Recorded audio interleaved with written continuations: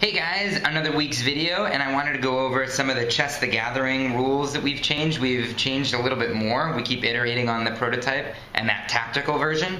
One thing is we're going to make the queen a heck of a lot more expensive, and the other thing is we're going to make it so that you can cast additional parts of the board. So you can build the board as the game progresses. So I just wanted to quickly go over the reasoning behind both. So first off is the making the queen a heck of a lot more expensive. So as you can see right now we have a bishop, a rook, and a queen in the game. And in traditional chess the values that you would associate with these things are 3, 5, and 9. And that's just, you don't get any points in chess, but that's just the idea is there's a relative value system. And the idea is that the bishop, on an 8x8 anyway, can go to all these different squares along the diagonal, which makes it pretty powerful. However, it's stuck on black or on white, so it can only really reach half of the squares.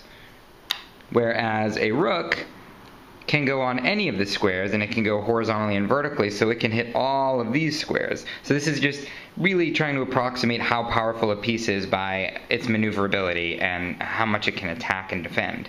And then the queen comes in, and of course she can move diagonally, horizontally, vertically, so that gives them these relative values of 9, 5, and 3.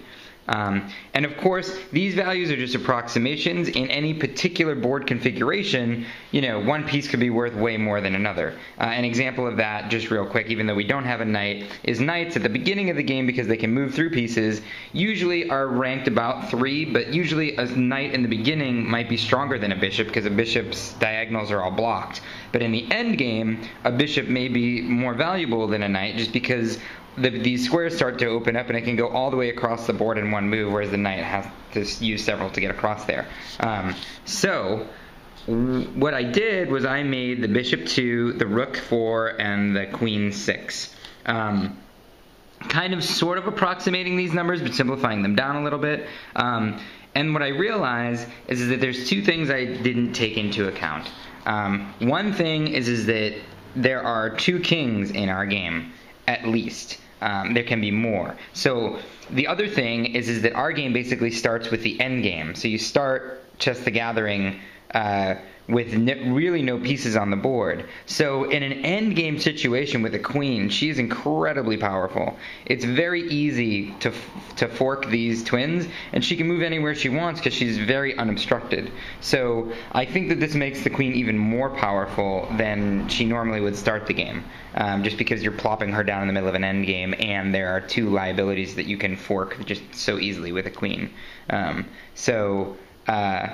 I think that what I'm doing now is you can see that 9 is basically double 5. It's a little bit less than that, but because of this endgame situation, I feel that the queen needs to be at least double the rook.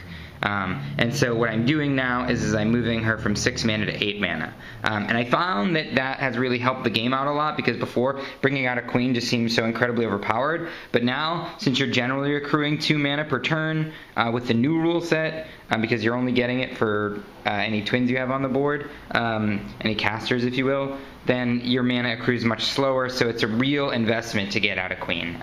So that feels a lot better.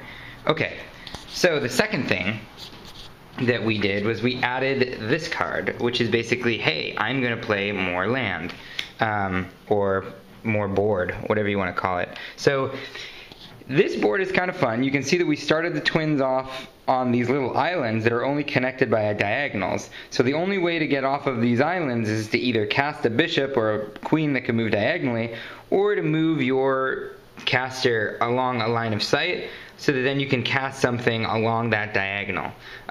However, what's cool about this is that if you have this card, and I don't have a mana cost on it right now because we were playing around with different values, you can place a 2x2 here. So in theory, if you wanted to, if your spellcaster could see it, so let's just say the spellcaster was here, you could, well, that wouldn't work. You could put down a piece here. Now all of a sudden what you've done is you've opened it up so that if you had cast a rook here or something like that, you can move them along and get them out of there, and you also have more rows that you can attack of course, you're also liable with more things here. Of course, you could also do weird things like casting a piece over here. I don't know, move your one of your casters on here and then cast a wall or something like that to protect it, and then you're getting that mana per turn, something like that. But anyway, it was just an idea. We felt that if we originally, people had suggested that we cast to remove pieces of the board.